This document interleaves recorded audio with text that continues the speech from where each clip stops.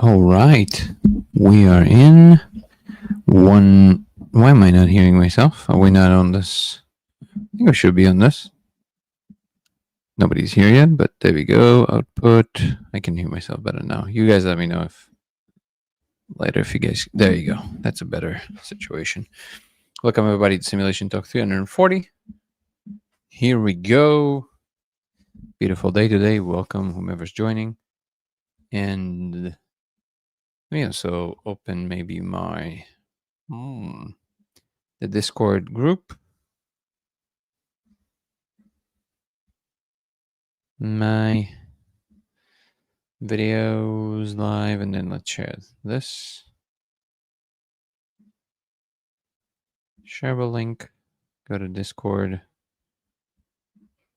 Beautiful. Awesome. Oh, I think, did Guru already share it? Oh, it's automatic. Super awesome. Okay. Let's start the stage on Discord as well. Beautiful. Stage is open. Welcome everybody who's joining now. Appreciate you. Slowly people are coming in. Welcome everybody joining on TikTok as well.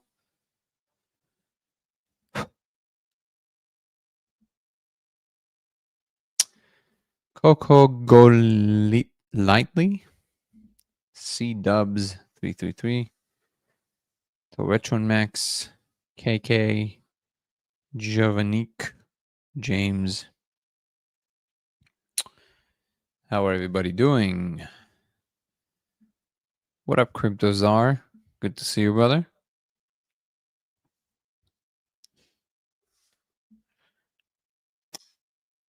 Okay, slowly but surely, people are trickling in. Welcome everybody to Simulation Talk 340, the channel revolving around the simulation hypothesis. What up, Rain? Talking about everything from simulation, science, philosophy, religion, spirituality, God, really whatever comes to mind. And today is an impromptu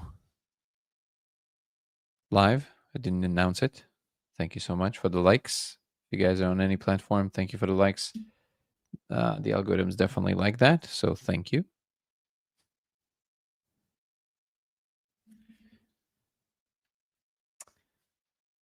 Jim Beer, Mikey's in the house. Mikey Davis was just when watching my videos with Danny Jones. Yeah, that was a good one. I really enjoyed my conversations with Danny Jones.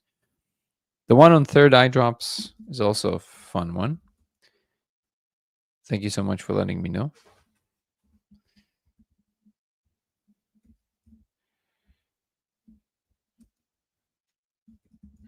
And if you guys want to help our Twitch grow, go to LaserX83 on Twitch and come watch from there. It will help our channel grow. It will be highly appreciated.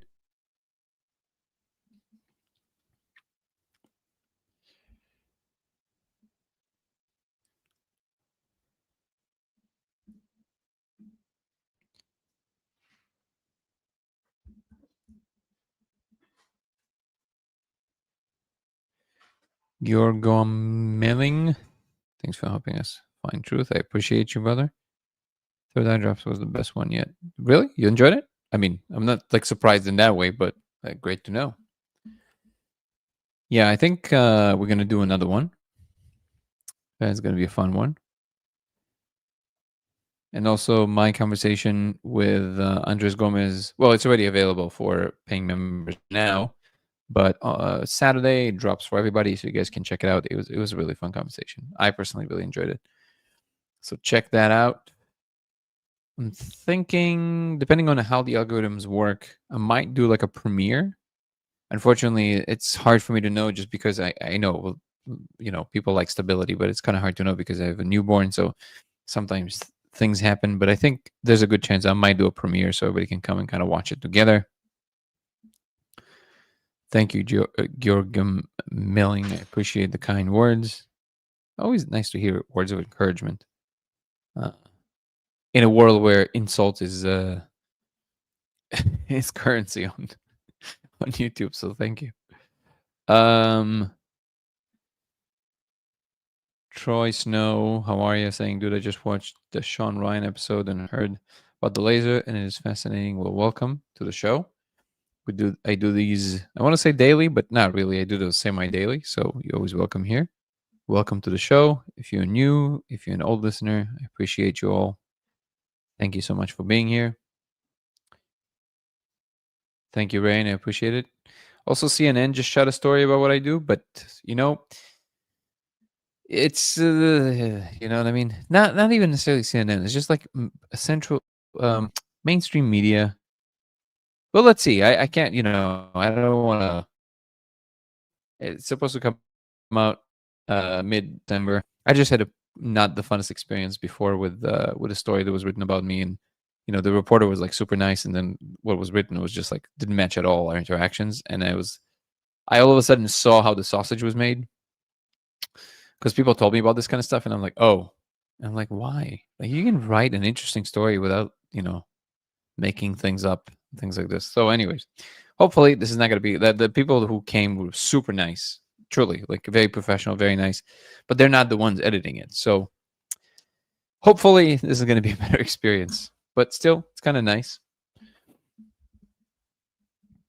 Do I have any thoughts on dreams? You mean in the sense that if they are some kind of an extra perceptual tool? You know, I'm actually pretty boring in that regard. I don't think so for most people. But I have to admit that some people report to me that their dreams are more vivid than real life. They swear by it. They say, they can astral project things like this. And I'm like, I'm not ruling it out. Like, absolutely possible. What up, Arof? So happy you rejoined. Welcome again to being a member. But I've never experienced it, so hard for me to say. I can only report what I'm experiencing. But I accept it. I accept that that people, have these experiences, so it's hard for me to say. Hogwash777 says that she likes me. Appreciate you. Would you like to go out sometime? I am happily married, but thank you so much. I'll take it as a compliment.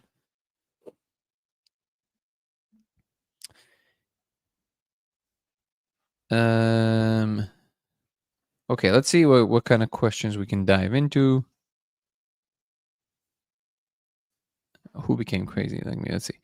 Their mandate to blaspheme at some level. I think I'm missing something. Let me go back. Thank you, Mikey. The camera connection and or camera aren't okay tonight. Are you talking about the audio or the visual? Is there issue with the streaming of the visual or the mic or both?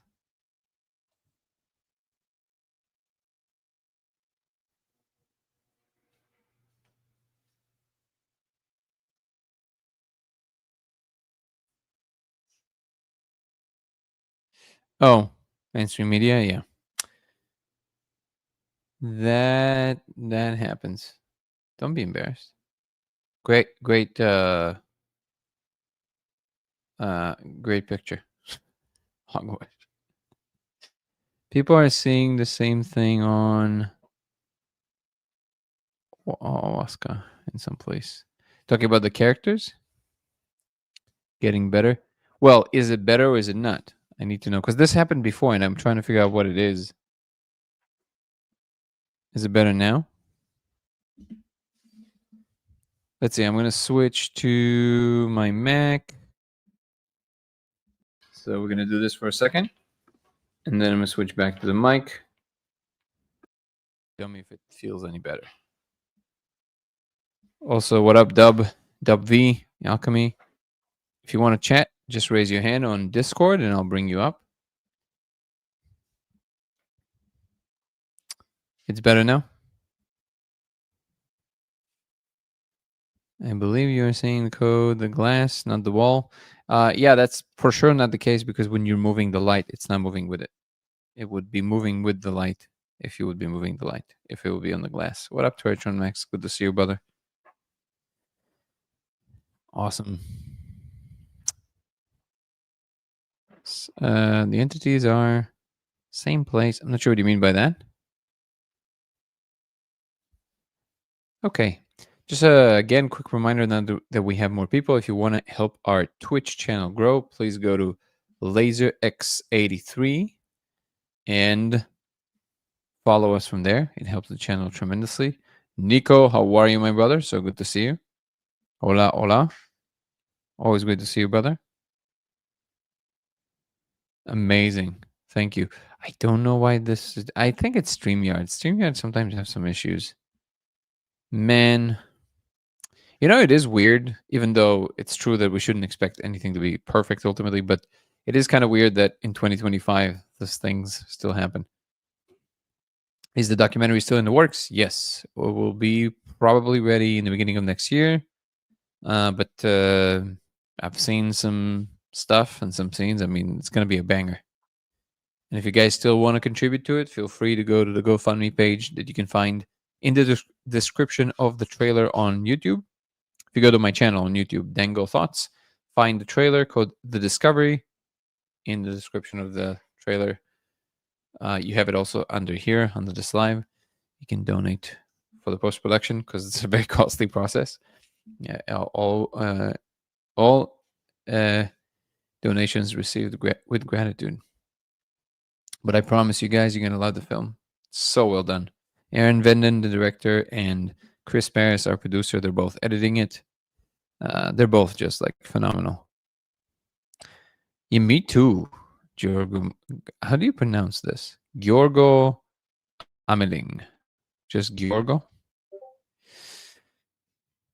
Which means you are experiencing trans consciousness taking place or an astral projection. Doesn't feel that way. Feels very local. What I meant before is how can three people see the exact same being in the same location? The same numbers, if it's there, just like you can all see the couch. That's exactly my point. Aaron direct the edit. Yeah, Aaron is the head editor. No, he is also the editor. Like that's his main profession. He's been an editor for the last 25 years, I think. But in this case, he's also the director, which is very helpful. What up, Nati?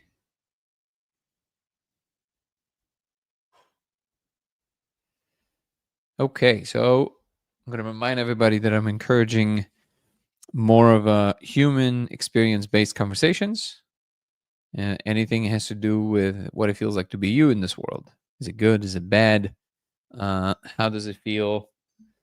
Maybe we can address some particular situations in life that are hard to deal with, and we can talk about it.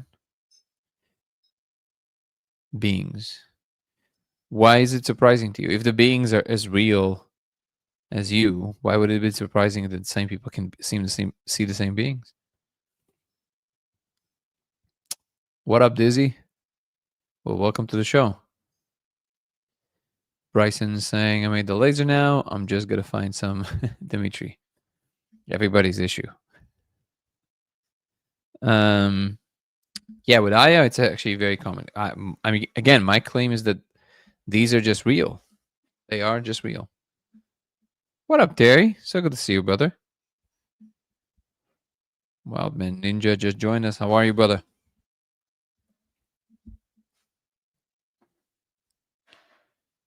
Dmitry Mandaleev. How you doing, man? Hey, I'm getting better at this. You are getting better at this. How have you been?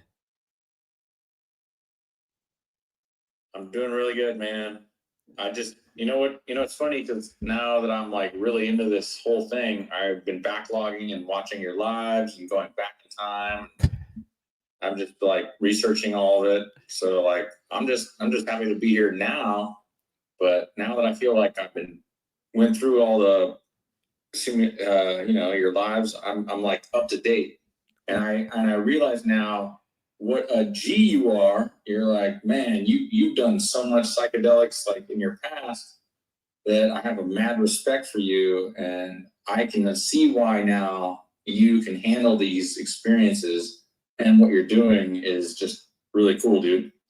I appreciate you, man. From one psychonaut to another, I appreciate that. Yeah, definitely, definitely. Uh, Having experience helps with these states. Yeah. And it's a beautiful family to belong to. I've met some beautiful psychonauts since then, and you're one of them. I'm embarrassed to say that I forget. Can you remind me your name? Is it James? Yeah, it's James. Oh, look at me. I remembered. I'm so terrible Look with at names. you. You have the most epic beard, bro. This is the longest. My son, I have a 9-year-old son. He's seen me with a beard. He won't let me cut it. So now it's been gone like 7 years, and I've grown it. Damn. He won't let me cut it. So Damn. it's all due to my son. No, but it's also some maintenance. I tried the longest beard I had. I think was like, well, you can't see me right now, but maybe I don't know, like half a foot or something. And it just looks like if you don't maintain it, it just looks insane. Like it was on the way to becoming longer when I put out the first video ever about the subject. So if anybody go watches on my channel, the first video I ever talked about this, I have such a crazy beard. I look insane. I look like a homeless guy, and I look like what's missing in my beard is some twigs or. It's so fun. It's so much work. It's so much work. It's crazy. Yeah, I know what I look like. I know I look like a homeless guy. No, that's not what I said. That's not. I was not speaking in innuendos. I am saying that your beard looks phenomenal, even though it's long. I'm saying I know how much maintenance it takes to keep it that way. I'm saying that my beard was nowhere near that long, and it looked insane, and yours looks amazing. But my good friend Jeremy Jackson, he has a not as long as yours, but he has a pretty substantial beard. And I asked him once, like, how do you maintain it? He's like, bro, this is a whole thing. Like, I gotta go to a person. They straighten it. They do the thing. There's like put oils on it every day. I'm like, I don't know if I have that much patience. So I actually do really appreciate it. Do you also like that? Fun with it. Because you also surf. Does it not like salt water and things like this? Do you have to like shampoo it after the ocean, things like this? No, because I'm like a full hippie about it. I just go surf, but it does hinder. Like when I try to pop up on my surfboard, sometimes my beard gets caught. I step on it with my hands, and then it like yanks my beard, and I'm like, oh my god! Wow. It's only been now in this last year that I've been actually considering trimming it, maybe, because it is getting so long. Like it's ridiculous. When I'm brushing my teeth, like I lean over in the sink and my beard's touching the sink. I'm like, oh my god! So it looks cool, and I like having it long, but it is getting to a point where I'm like considering shaving it. No doubt. It is weird how attached we become with our beards. Because like this is why I like to keep it like this now, because I know that if it goes any longer, the second you trim it even a little bit, if you feel weird, you feel almost like whoa, like it just feels naked. There's this really funny compilation on well, I can find it anywhere, where dads had a beard their whole lives, and then especially with daughters is much more, and they're like, yeah, shave the beard, and then they start crying. They see the guy with the beard. I don't want to do that. I don't want to shave it, and my son's like crying, and I'm like, oh man, like, but I look like ZZ Top. Everyone calls me ZZ Top. It's a hey, ZZ Top had the most epic beards for sure. They made a career. Now, right? So, yep. So wait, it's just my eyes just caught this. It's very funny. Star Walker said, I don't even know what the comments before were, but the comment my eyes caught was Glenn Beck next ? What? What a random. He had Timothy Alberno on Giant Bows Pro. Actually, funny thing. Yeah. I don't know what happened, but either I changed, which is very possible, or they changed. And some of the people that I used to consider like apeshit crazy, him being one of them, are now like, it's not that the crazy fully left the house, but it's almost like a measured sanity. Well, I would like to believe that it's just kind of like matured and that there's like a different energy there. I think Alec Jones is still Alec Jones. Like that he will Right. never get out of this domain. But Glenn Beck was I was surprisingly it's not someone I listened to on regular, but I just caught there was like a clip somewhere and I saw him talking and I was like, he looks awfully sane. I don't know what this means. Like it wasn't even the subject matter. Is all of a sudden he didn't have the wacky craziness that he used to have like maybe 10 or 20 years ago. Do you feel the same about some people, not necessarily Glenn Beck, but did you have this experience with other people that are publicly known? I'm asking. Yeah, no, I follow Alex Jones, and then the fact that Alex Jones was kind of like DMT, and you're gonna be talking to demons, and I was like, what the fuck are you talking about? Have you ever done DMT? Like that pissed me off actually, because I don't think Alex Jones has done DMT, and he's just ranting on this tangent, probably for his own clicks, you know. Well, I don't want to know what would happen if he does. Right? Like he doesn't even know. Like I feel like he I don't even know. I feel like if Alex Jones smoked Obviously, DMT, those who have done DMT don't relate to what he's trying to say about it. You know, the frogs are gay though. That's true. So and then you're right. Yeah, the atrazine in the water and the fluoride. So he has a lot of truth. But like when he talks about DMT, I get all like, "What the fuck are you talking about?" Bro? Like, sorry, my word. Oh no, that's okay. I you know it is funny to me because I sometimes think that truly like if he does that, I feel like DMT itself would be like, "Yo, what is this one of yours? Right. What is going on?" You can G3.7 on X. I'm just excited that there's a comment on X that we don't get a lot of comments from X, so welcome. You could lose your mind trying to solve everything, brother. True, but on the other hand, it's also fun, man. It's we're discovering some fun things. So yeah, man. You know what I'm super interested in right now, Uh-huh. Danny, is Brian Johnson just did his 5 grams Yeah. of mushrooms for science. You know? I mean, it's like 5 grams is okay. Like it's I'm gonna change it back. But if he does intend to do it, it is kind of awesome. I think he's an awesome dude. Just like everybody else. Actually, Huh? You don't like I him? really like what he's doing. Yeah. You don't like it? Tell me more. So what I like about it is that he's doing it, and he's got a platform for don't die. And he just did this like thing where I was watching where he did the debate with a bunch of people. I haven't watched it yet. Challenge him. Yeah, and he's just so well mannered and he's got all his science behind him. Mm-hmm. And he's actually not like a bad dude. He's really just trying to like say what the science and the data says. Mm-hmm. And now that he's doing mushrooms and he's speaking on in his background, he's done 5-MeO-DMT, he's done mushrooms, he's done ketamine, he's talked about it in a very positive light. Mm-hmm. And I like that because I like psychedelics. I can totally agree with him on all these things. So yeah, I like him. You just said you don't like him. I thought that's what you said. No, I love him. I think he's. Okay. Never mind. We had a whole misunderstanding. Yeah, I thought. And also, don't die is his thing. Yeah. But, he's actually bringing the science as much as he can to the public. I think I just misunderstood. I actually don't like him. And I was like, oh, please tell me more. Like, I actually like when people, we have a counter opinion to what I'm saying. I think. I love it. Yeah, I think, so to me, the way that I'm analyzing people is less about whether I agree with their whatever they're talking about. I like when somebody is coming at something from an honest perspective. So even certain people that I would not agree with, but if I see that they truly believe in what they're saying, they're open for a conversation, open for revision, and they engaged in like a real attempt at making something happen.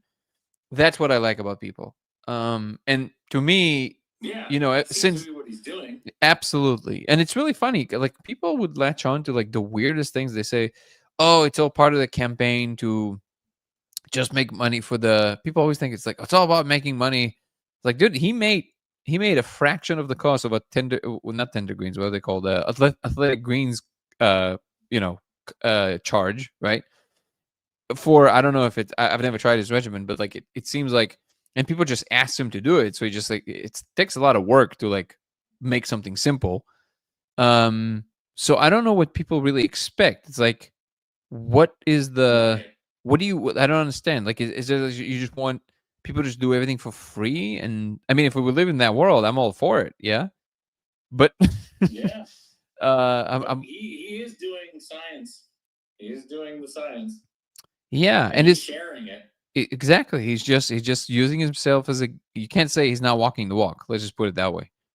He is a very eccentric dude, though. I saw a whole special about him once where, he's talking about how his dating life is very difficult because he never sleeps with a woman in the same bed like overnight because it messes up his sleep cycle. And he's like, 8 p.m. whatever it is, just he goes into his dark room and just like that's it. And then it's That's right. such a commitment, man. Measuring every erection he has. Yeah. Hey, for science, you got it. For science, bro. Good for him.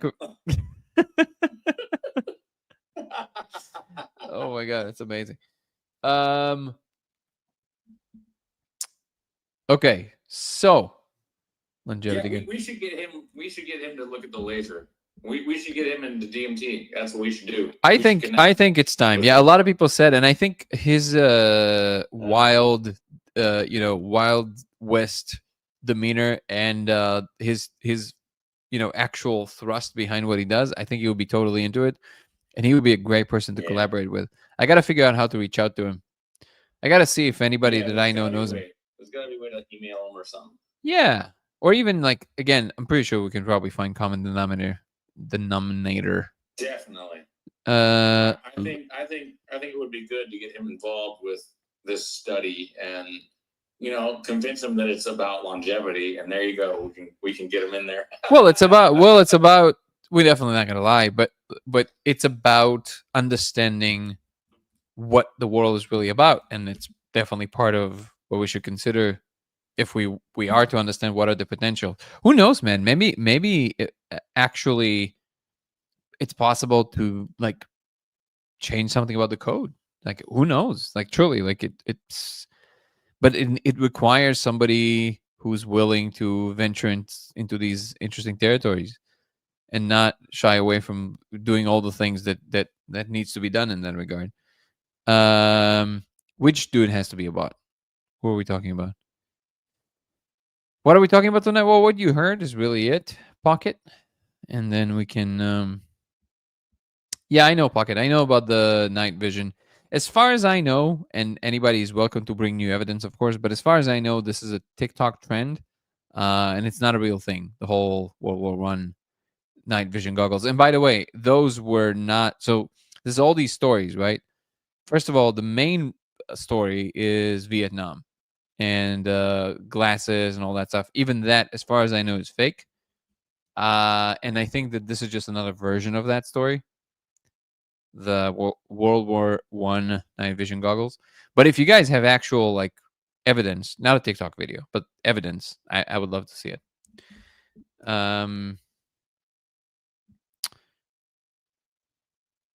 We are in a dream, bro. Yes, we can change the code with focus consciousness. All right. Sounds awesome. By the way, you said, see if I remember more details. James, you said you're in San Diego? I'm in Santa Cruz. Santa Cruz. I remember something. Nico, how are you, brother? You came in and you're so silent.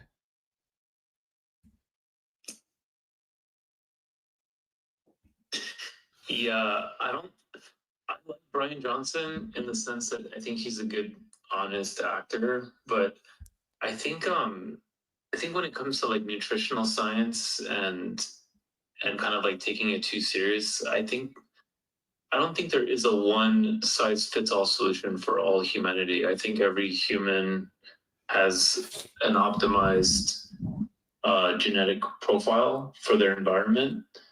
You don't think? I saw him on this podcast talking about he takes like a shot of olive oil every morning. Mm-hmm. And he mentioned that ever since he started doing that, he lost like 5 pounds a week or something like that. And he gives this whole like theory behind it. I just don't. I'm not buying it. I don't know, but Well, it seems like he's basing it. He's basing. It's kind of interesting that he has this "don't die" philosophy. Yeah. I imagine if he took shrooms, that's the first thing that the shrooms would have shown him is like, okay, you're gonna die.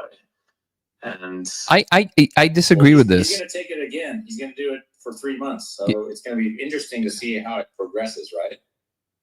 Gotcha.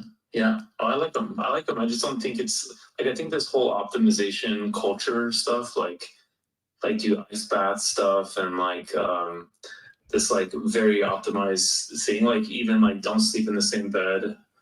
Well, he's definitely extreme. As you sleep, I think we're supposed to clap cheeks and not sleep, you know? He does optimize sleep a lot. Yeah, he talks about that. I mean, look, he is admittedly saying that he is very extreme in his approach. It's not for everybody. The point is that it's not that you're going to live forever through optimization. The point is that it's kind of like Ray Kurzweil's strategy, or was too, which is that you try to stay in the best shape possible to be alive in your best shape when it is available to make it more to give you more years. So you want to, if let's say you arrive at the point in time in which they can give you another 30 years, but let's say the technology cannot reverse aging but just keep you where you are, you want to stay as healthy as possible till that point. That's the idea. It's not that you're gonna I don't know if you saw, there was this clip, I don't know if he did it to go viral. If he did, it's brilliant, but he was doing this podcast in India. He's wearing an N95 mask, and then he's like, sorry, every second I spend here is 8 minutes of my life lost. I have to leave. And he like left. It's possible. And I thought that was hilarious, but it's like it's like, I guess Danny knows this, but like OCD is like, you take things to the extreme and it becomes like a very ugly thing, right? So at that point, like, and I saw, yes, it's science, but it's also like a psychosis almost. Yeah, well, he did the same thing at a party. He was like giving everyone earplugs. He's like, "You're all suffering from hearing loss." Yeah, again, he's for him. He takes it to a very extreme, but he's admittedly doing that. So I would say that ultimately you want to keep things balanced, but not if you like. And that's something I remember he said, which is like extreme athletes are not balanced. Like that's not a balanced life. You think of athletes as super healthy. Athletes, their body is destroyed by 30. Football players, NBA players, they play, but their body is shut down. Like it's not a healthy lifestyle. It's very extreme because you demand something that isn't usually, you shouldn't demand this off your body. So you do this because you want to see what level you can get to, and which always requires sacrifice. That'll be it.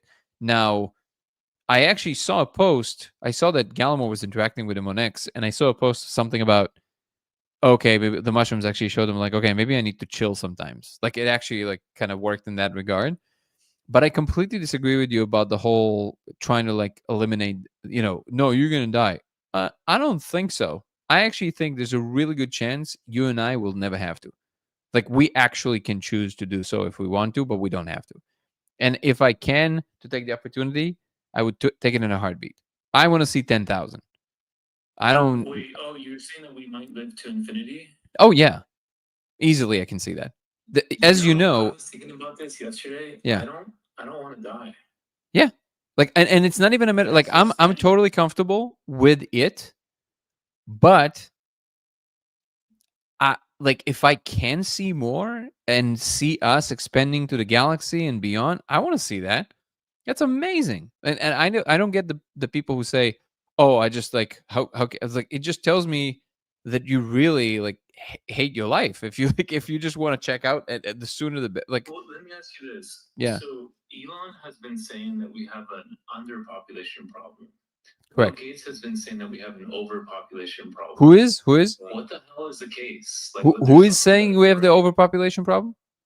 Apparently, Japan is having population collapse. It's like, what's going on? Like, let's I think the answer is what Elon's saying. I think it's pretty clear because the issue is not space.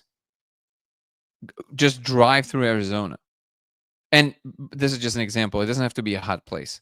If you just spread people around the world, people won't even see each other. Like if you spread people evenly, you will not be able to see the next person over. Right? That's a good 2028 campaign. Yeah. Just to keep everyone Yeah. So it with 8 billion people, the Earth can easily sustain 100 billion people. Easily.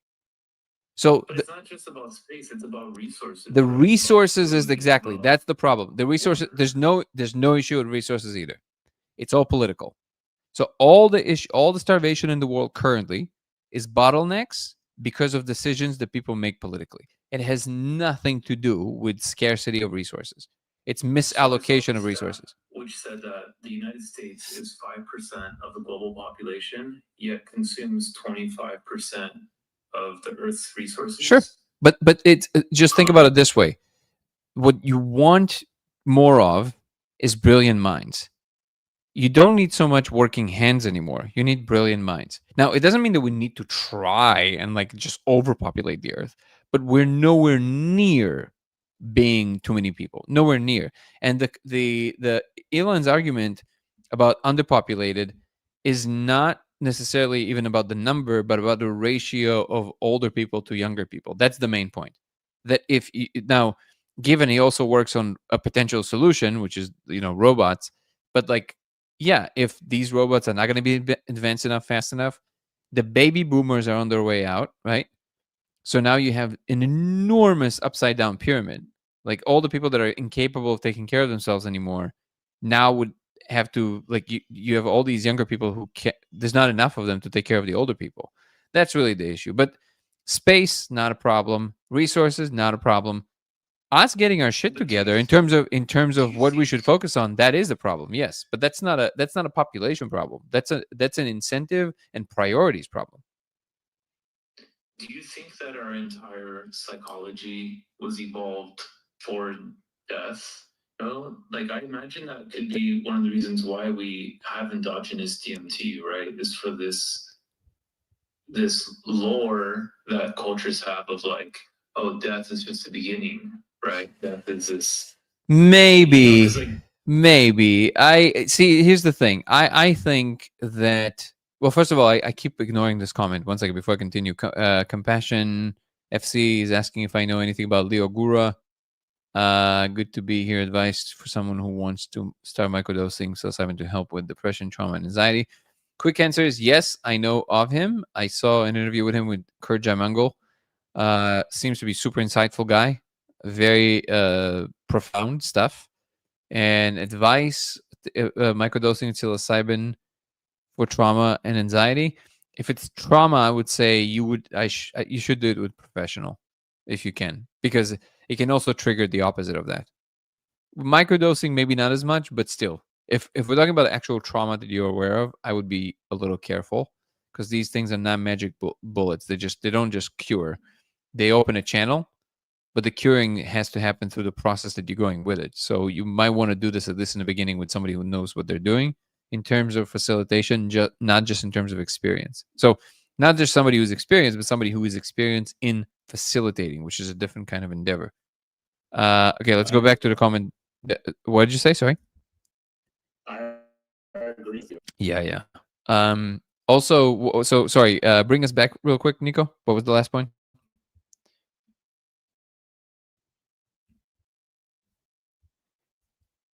Oh, okay. So I remember. I was saying that maybe I'm wondering if our psychology has evolved for this death, for the process of death, and I even wonder if even our entire pharma or the psychochemical component of DMT is this adaptation to creating a mindset culturally that like, hey, this is just the beginning, or this so many cultures have this coping mechanism. Just a dead come back and tell. It's a coping really mechanism. do people anything. So there's no, yeah, that falls apart. It's a very flimsy theory. But anyways, Well, I'll tell you what I think. That's a part of all this, right? I don't know. Well, the hint is in the fact that some life forms are eternal. So why draw an arbitrary line in humans all of a sudden and in primates? It's just Like a quirk of. jellyfish or like crabs. There's micro organisms that they can't die. You just have to kill them. And yeah, jellyfish as well.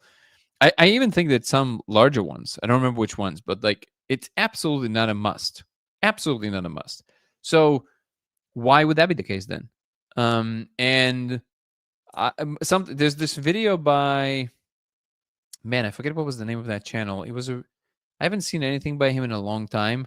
He never showed his face, but he did these stick figure cartoons all the time. Some pretty interesting. I'll find that video in that channel and I'll send you a video he did about death.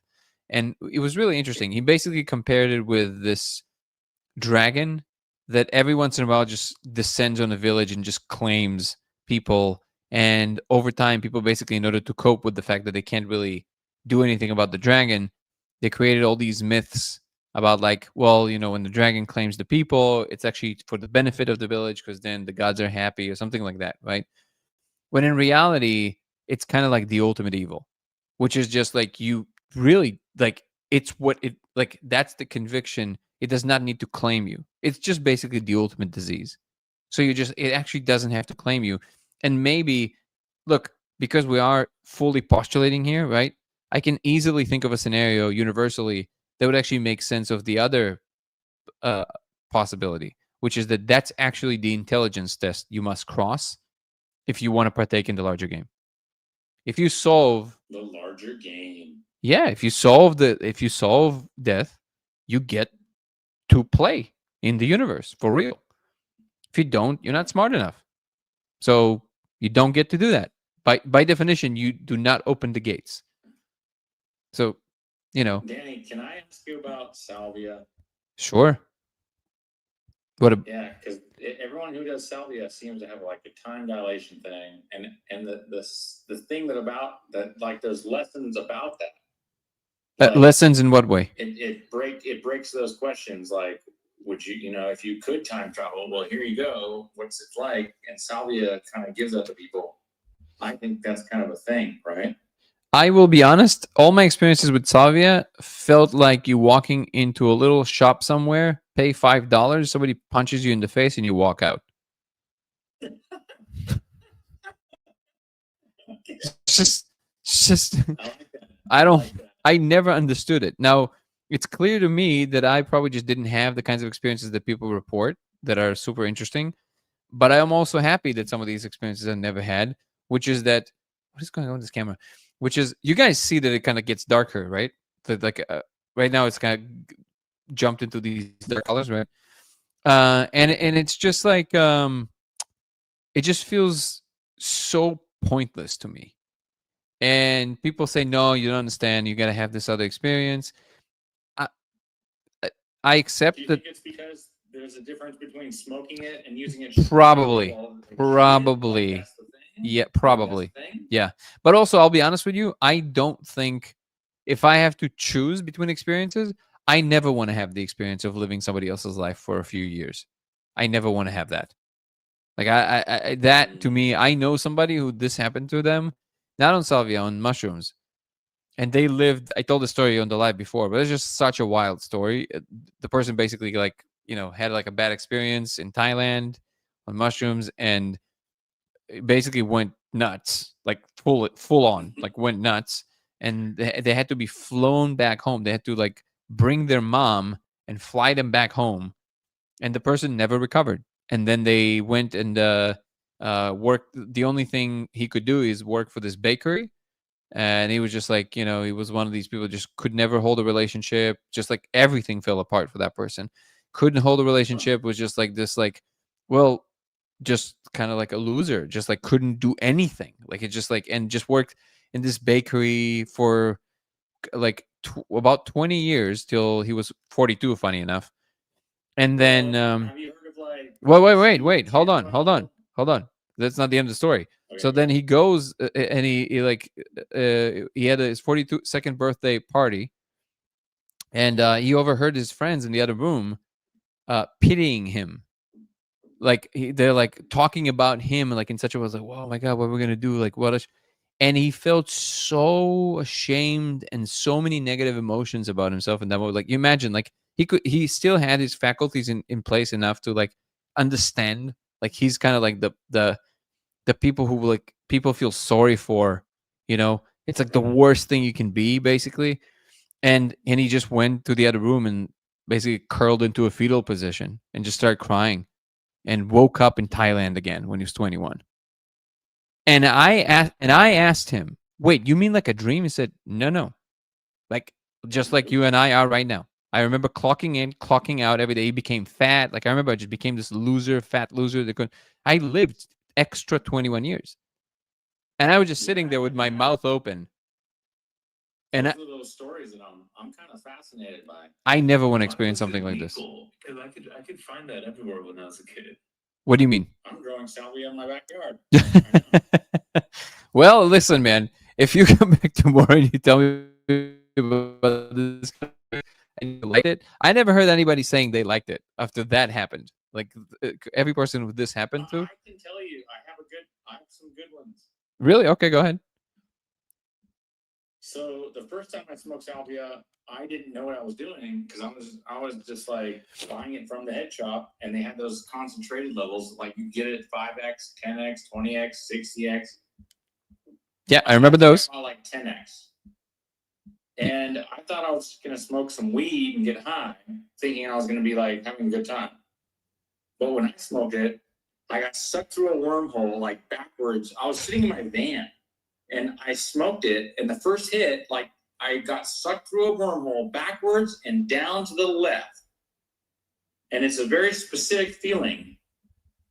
And a lot of people, like on Reddit, like when I read about these other people, they said the same thing. It's like down and to the left. Okay. But I got sucked out of body and went down to the left, but then I got shot upwards, and I was in the Jetsons land, where I thought I was in one of those, like where the Jetsons live. They live on those big steeples with a big, it looks like a UFO or something. Mm-hmm. Something like that, right? Mm-hmm. In the future, basically. And then I could hear voices calling me, and they were like, "Yo, come here, you're almost there." And I was like, "Where am I? And then I broke through to this space, and they all cheered for me, and they were like, "You did it." And I was like, what did I do? It was so amazing, but then it was done, because then bam, I got blasted back to my body, and I was like, "Oh my God, what the fuck was that?" That's crazy. So I enjoyed that because it was like, I mean, that sounds enjoyable. Before. I mean, it was huge. It was a big experience for me. Yeah, I only did the strongest ones. The 60x or whatever that was. Wasn't it 600 or something? It doesn't matter. Whatever the strongest one was.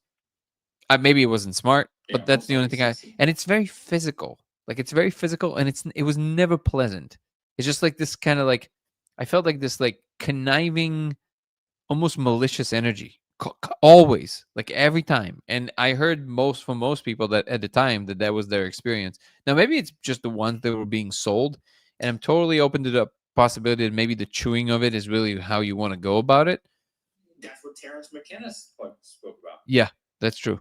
Yeah, so if I ever meet like a really good shaman and they have great energy and that's what they do, like with the chewing, then I guess I'll try it. But man, I never want to live, and that's what Chase Hughes was talking about, like that he, because of the thing he has in his brain, this happened to him for 3 years, like 9 times a day, and every time he would go into one of these seizures, he would live like another person's life for like 5 years, 9 times a day. Dude, it sounds like the biggest nightmare in the universe. Like I don't know how you got out of that. Well, let me just say my second trip real quick. Sure. So I thought that was wild. Why did that happen? So I tried it again, and the next time I smoked it, I was turned into a ham sandwich. literally thought I was a ham sandwich, Pickle Rick. and I couldn't. I was like, "What is happening?" Like, I know that I'm a ham sandwich. Like, that's what I thought I was. I literally thought I was a ham sandwich. And a friend of mine was opening the door, and I was like, "No, don't do that," because I thought they were opening the lunchbox, and I thought I was in danger because the people outside the lunchbox are going to eat me. So I thought I was a ham sandwich. Like, that's what those wild salvia trips where you're like, "What the fuck?" Yeah, I had no idea why I was a ham sandwich. What? See, I hate these stories because But it happened to me. yeah. And these are the stories that scared me when I was a kid, because I remember hearing a story of someone thinking they were a Dorito, like a Dorito chip. Yeah, and someone like patting them in the back, and then the chip broke and they died. And so that's what I thought these substances were for the longest time. So yeah, but And Danny, if you hear like Steve Cantwell, he's a comedian. He talks about he was gone for 8 years, and he was like a Mormon, but he lived 8 years as another person, and it broke him free. This is where I think the psychedelic lesson actually came through, is that he got to live as another person for 8 years, and it broke him out of his cult-like mindset of being a Mormon, and he got to experience what it was like to not be a Mormon. And for 8 years, he lived this alternate life. And then when he came back, it like revamped his whole philosophy of life. And so that's what I'm thinking, like, why the salvia does this to us. I don't think it does. I don't buy that it's for the psychedelic. It's about the healing. I actually don't think that's at all what's happening. I think that it opens channels. No. I think that what happens is that it opens channels, and then your mind is always trying to achieve equilibrium. And what I think is happening is that, and I think what's happening is that if you have a lot of inadequacies, deficiencies, traumas, whatever it is, internal knots of your psychology, what it essentially does, it kind of heats up the potty. Like you are too rigid in your psychology usually, and what it does, it heats it up a little bit, and you get to reshape it. Right. And the thing that you feel the most comfortable in being is the thing that it reshapes to, if you're lucky. If something jars you, it will actually make something else way worse. So like for every story that you tell that is like wonderful and people like healed, there's other stories that people like never recovered, and they just stuck in hell. And why is that? Is that what the psychedelic was trying to do? Well, no, because I don't think they are magic in the same way that people think. It loosens the frame in such a way that you get to reshape it if you do it correctly. That's why with therapists, it's always much more effective. If you or ceremonial, right? And container, but even in ceremonies, I do think that the more accurate map is better. So like if you're more neutral about it, the better. Ceremonies are not that neutral because it comes with a lot of belief systems. Like these are the gods, these are the this is the that. With in a therapeutic session, you have a neutral frame, which is like, here's an experience. Now let's talk about you, which is where I think the healing comes from. With this, it's almost like glass blowers, right? They heat up the glass so you can shape it into whatever form, and then it solidifies back into that form. I think that's what's happening, and especially with mushrooms and things like this. That guy sounds like he got super lucky, but I think he did the work. Like it could have easily also put him the other way. Like, what if the experience that he would have as another person would be terrifying and awful? He would go back and say, "Oh my God, thank God I'm a Mormon." Like that's just as arbitrarily could have been true. And the fact that I know that most people that report salvia experiences, I would say most say it's just awful. So it's Well, yeah. Yeah. So Danny, yeah. This guy, Steve Cantwell, who did it, he smoked it. Are you saying that maybe because some people believe that the shamans in the Mazateca and Oaxaca where they do it, they believe that smoking it is like disrespectful to the plant spirit. So what you should be doing is instead doing it ceremonially and chewing it and having a shaman guide you. So maybe there's something to that. It's like where I call with this idea or something to that. So you should be, instead of smoking it, you should be chewing it and having it like guided by a shaman. Maybe there's something to that. What do you think on that? Let me ask you something. Do you believe, and it's not a loaded question, it's a real question. Do you believe that these beings, these spaces are real, or at least there's a possibility that they're real, like existing on their own side, having their own lives, doing their own thing? Yeah, I think there's a possibility. Okay. No, So, they're so real though. right, So, exactly. whoa. Okay, so let's play the game. Let's pretend for this, no matter what other people, let's pretend everybody together that they are real for the sake of argument, right? They're actually real. Okay. Notice what we are postulating when we're saying what you just said. We're saying when people go into that space, they leave whatever it is that they're doing, and then coming like, oh, they're coming, get ready. Oh, this one needs help with this. Okay, let me. So basically, we're saying we're so self-centered that we're saying, oh, they're just waiting for us to come. Like, they live to serve us. They live to help us with this or with that. We don't, like, if we think they're real, they have their own thing going. Why would you or anybody else who enters their space will, aside from maybe fascination in a particular moment, which absolutely can happen, but especially if we're coming to their space all the time, I would think it's much more plausible they would just actually automate a system to interact with us because we're actually a nuisance. Because every time we enter their space, it's like, oh, Jesus Christ.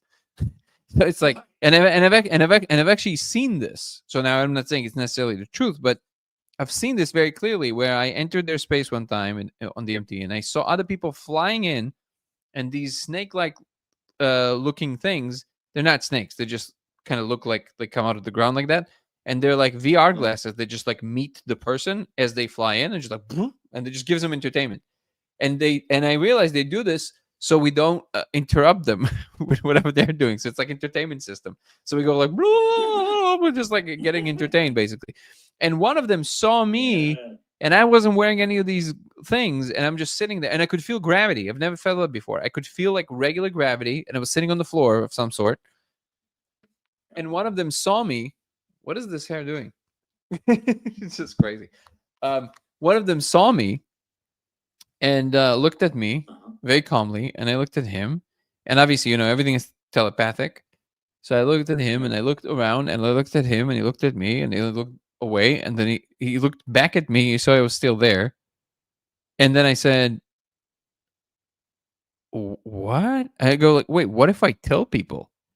And he looked at me, and with the most, I've described this before. It's the first time ever that I knew what like actual just truth sounds like pure truth. Because whenever we speak, we have a slant because we have needs, wants, whatever it is, right? So our psychology intervenes. So when we say things, we don't just say the thing, we say also in what we say, what is expressed is also our inner state, what we want, our fears, our wants of, there's a slant to our words, right? But he just said the truth. Like, it was just true. So it's basically like the calmest water you can possibly imagine, just completely flat. So I can't even do it. A human can't even do it. But he basically said, sure. Like, sure. It's like, what? Like, what is, just sure. It's like, do whatever you want. It's like there's no secrets. Just like, this is, I don't like, this already was my deduction, but it's like, I don't like, what do you want from me? It's like, do whatever you want. It's like, sure, you fly in here. Yeah, we built a system because you always like, you're in our way. So we made a thing for you. But like, it doesn't matter. Like, everything is already happening exactly how it's happening. If you can figure things out, awesome. Godspeed. Do whatever you want. That's when I kind of got this message. It's like, there's no actual secrets. There's just a matter of, do you understand? That's really all there is, right? And to me, that was really beautiful. Yeah, that makes sense. Yeah, that's it. Yeah. And so to me, this whole, it's just such a human thought. Like, oh, they want me to understand this. It's like, no, they don't. Right. They don't care. They're just like, you do your thing, they do their thing. If they might want to interact with you, but not like in the again, and it doesn't even mean that there are no healers in these spaces. Maybe there's like a whole species that their whole thing is that they want to heal. That's what they live for. I'm sure that's true as well. But if you landed in an infinite space, I always say going to the DMT world is like going to interdimensional New York. If you go to New York randomly, grab somebody on the street and say, "Hey, what's the meaning of life?" That that guy is just selling watches. Like it's like, I want to buy a watch. And then you go, oh, I asked them what the meaning of life is, and they showed me all of these timepieces. What he was saying is that there's all these time dimensions. And the guy at the same time just kind of looking at you and looking at everybody else is like, this guy is fucking nuts. It's like Alex Jones is saying, and then it's like, what is he talking about? Like, no, they're not going to tell you to kill yourself and stuff. And no, it's just I feel like demonic. Like people bring up demonic. You're like, well, like that's different though, because it's possible. So like you have different signatures, right? So just like let's use the New York analogy, right?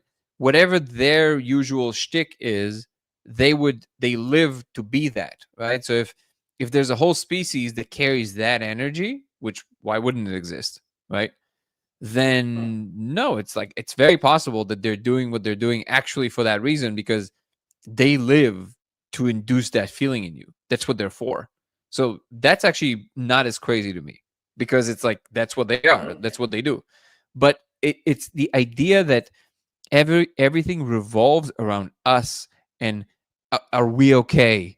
It's like come on, man. Like in an infinite reality, it's my wife had this experience once, and it mapped perfectly on what I've kind of, my impression of everything I've ever experienced in that space. If I have to collect it into something, an average, she said, she told me I had the most sobering experience. And what basically she was told, they said, it is so wonderful that you exist, but it would be totally fine if you wouldn't. Like it is like it would be exactly the same if you wouldn't exist at all. So it's like, and I was like, yeah, it's like, and I think that's really, I think that's the maturing process where you understand that, yeah, it's great and you can enjoy it and everything else, but ultimately it's pretty neutral. Like it's just kind of happening. And then the cosmic drama is usually part of somebody's idea versus what reality is actually doing. Now, is it actually true? About when you said you did 5-MeO DMT and it took over the DMT experience, but then when that wore off, you were back in DMT. So like it washes in, yeah, almost like an ocean. It just comes in, and then it just the tide comes in, and then it goes out, and then then again. What? Yeah. I just want to make a remark. So everything I just said, is it actually true? I have no idea. But here's the thing. Nobody does. So there's something about meeting the thing in its most purest form that to me is the most respectful to the thing. So when people tell you it's disrespectful to do X, what it says is that they understand so deeply what they consider to be gods need and want. That by itself is, to me, is hubris. It's like, I prefer to go without the frame. It's like, I don't know anything. Imagine I would never listen to anyone, and just like, I'll respect the thing for what it is. So I'm going to try and really absorb what it's telling me it is versus what I think it is, or somebody standing next to me told me it is, because maybe they misunderstood. And maybe they misunderstood for generations and generations, and eventually the other thing just gave up and tried to explain itself. What if that's what happened? That's why I just trying to, like, here, I'm a conscious being, you're a conscious being. I want to see you. Hopefully you see me. And if you're overstepping my boundaries, I'll be like, hey, that's what my line is. And usually that works. And I actually, from my experience, they respect that. They're like, okay, so there's sovereignty, there's an understanding of lines, of boundaries, and also there's a real wonder and curiosity towards what it really is. And that, by the way, that was my question. when I started going into the whole thing that eventually led me to the laser, it was around this attitude, which is I'm going to stop imagining everything that I think I know, and I'm just going to try and be as neutral as I possibly can and just look, just really look, and only then allow it to start informing me. And very interesting things started happening. And for better or worse, that's what led me eventually to the laser. I think more people, Terence McKenna used to famously say, don't fear going it alone, right? And I think a big portion of that is not just in terms of doing it by yourself, but also going alone in terms of ideation. Like, don't take anybody else's baggage with you in there. Just kind of go in as neutral as you possibly can, because your ability to discern is not less than anyone else's. So don't give them that power. And I find it very useful, these kind of attitudes. Man, this is so great. Thanks, Danny. You're making a lot of sense. Like, bro, thank you. I appreciate you, man. Also, John, I'm sorry, I didn't mean to just ignore you. I see you put a bunch of comments. Okay, go ahead.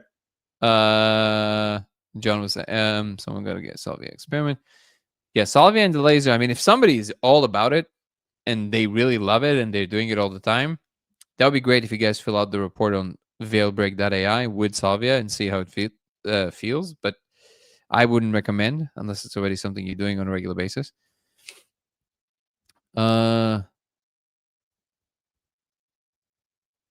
Gravity shifting left for common. Yeah. So that's the comment that I found really interesting in what you said, James, which is that down and to the left. My wife said that when she starts seeing the code, she has a very experience when she kind of goes back and down. It's almost like she sits in this weird couch that she didn't know she had inside of her, like back and down. And another girl who saw it too, she had said the same thing. She said, yeah, exactly. It's like back and down. So it's interesting that you say that. It's like a feeling inside of moving inside of your own being, so to speak. So I found it very interesting what you said about going through these through the wormhole down and to the left. This is an insane story. What implications does the Salvia experience of living someone else's life have consciousness? People say that DMT space is way too complex and detailed to be their own mind. True. But it's a completely foreign space. Living vivid life of another human without dreamlike flaws is insane if people aren't exaggerating that. Arguably more fascinating than the DMT experience. I don't know if more, but definitely up there. There's no question about that. John basically just shared the story that was mentioned about the 8 years. Interesting. And yeah, it's hard to know if people are not exaggerating these. That's also another problem. Access dry, not sure, man. That's the holy grail. Wait, what happened here? The ham sandwich is great. That's amazing. I remember you told me a story that Chase Hughes used to have seizures and he would live like 100 years every day. No, 5 years. Yeah, 5 years, 9 times a day. Well, I guess you're right. Yeah, it's not 100, but like many. Yeah, we mentioned this. Like he would 9 times a day, 5 years every time, multiplied by 3 years. Bonkers.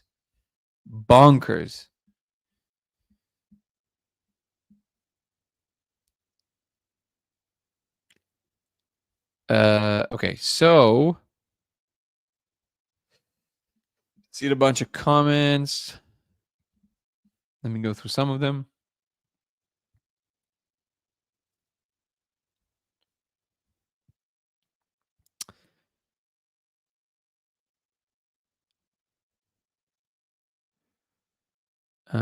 Going through them quickly. Heard voices right before seizures, but it doesn't remember what they say. It comes back. Interesting.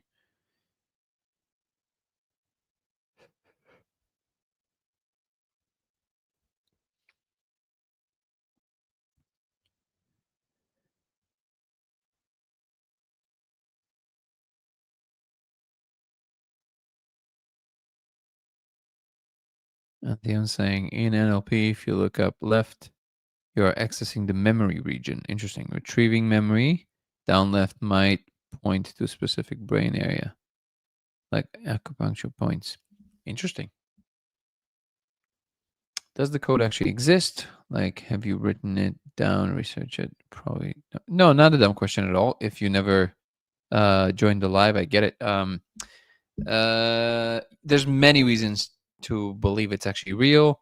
Yes, we had people write it down, but it's not in the replication of the code. It's in how it appears to be. It's just the rigidity of it. That's the short answer. And you can read people's reports on veilbreak.ai. Veilbreak.ai, and you can get more information on codeofreality.com on these questions. But veilbreak.ai will give you more information, I think, because people fill out reports there. Okay, so let's, I think we'll adjourn for today. If you guys want to follow me across platforms, it's Danny Goller on Instagram and TikTok. It's Goller Danny on X. It's LaserX83 on Twitch. Go and follow us on Twitch and also follow the chat from there. So LaserX83. And Dango Thoughts on YouTube. DANGO Thoughts on YouTube. Come join the membership program on YouTube, which gives you early access to all my content. Right now, my conversation with Andres Gomez is already up there for you to watch for paying members. And if not, it's going to be out on this Saturday. Grab one. Also gives you access to my weekly lives that are happening on Sundays for members only, in which we dive much deeper into all kinds of topics. It's also a lot of fun. And if you join from the second tier upwards, make sure that you email me in the email listed there so I can send you an invite to our monthly Zoom calls. And grab yourself something from the merch store. It helps the channel tremendously, and you'll have a really cool design of either the core Code of Reality designs or Human First. The campaign that denotes the attitude that we should treat each other as humans first before any political affiliation or conviction about the world. You can also check out my new show on Spotify called 0 to 1 with Danny Goller, From Earthbound Minds to Cosmic Citizens. Again, it's 0 to 1 with Danny Goller, in which this show is mostly revolving around the future of humanity and what we need to get to a good one. What do we need to do? If you still want to donate to the film and the post-production, you can find the link to the trailer for the movie, The Discovery, right here under this live on YouTube on Dango Thoughts right now, or just search for it. Just search for The Discovery on my channel on Dango Thoughts, and you can find the GoFundMe page in the description of the video.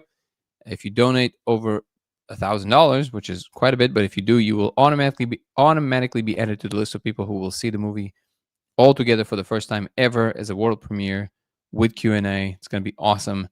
And if not, of course, you're going to see the film. Don't worry. We're going to make sure that everybody sees the film. Thank you so much, Tommy Cat. What else? Check out the website, codeofreality.com, for lasers and protocols and things like this. And go check out veilbreak.ai. Veilbreak.ai, in which you can share your experiments with the lasers and watch other people's experiments.